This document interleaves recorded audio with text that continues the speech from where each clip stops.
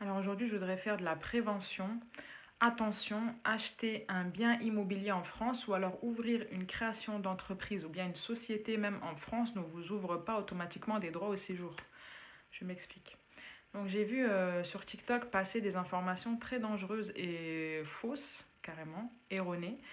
Quelqu'un qui parle sur TikTok a présenté l'AES, l'admission exceptionnelle au séjour, comme pouvant être bénéficié à des auto-entrepreneurs étrangers qui voudraient investir et créer une entreprise en France et obtenir l'admission exceptionnelle au séjour vis-à-vis de leur création d'entreprise.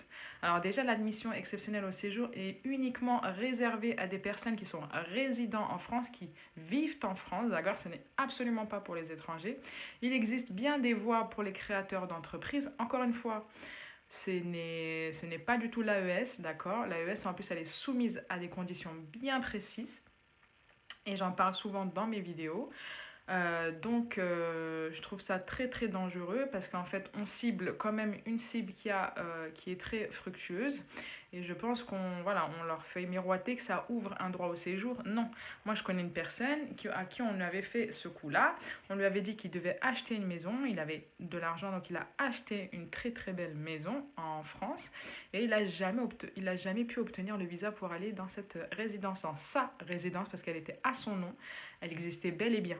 Vous allez pouvoir ouvrir une société, elle sera bien à votre nom, mais est-ce que ça va vous ouvrir le visa? Est-ce que vous allez pouvoir voyager, faire des allers-retours? Ça, c'est encore autre chose, d'accord?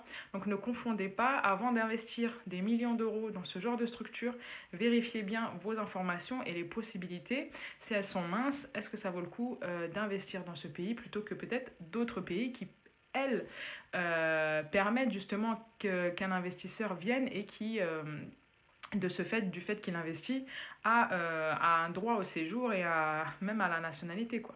Vous voyez? Donc vous ne vous faites pas avoir. Si vous avez des questions, si vous avez des doutes, n'hésitez pas à réserver votre séance déclic chez Trouve ta voie pro.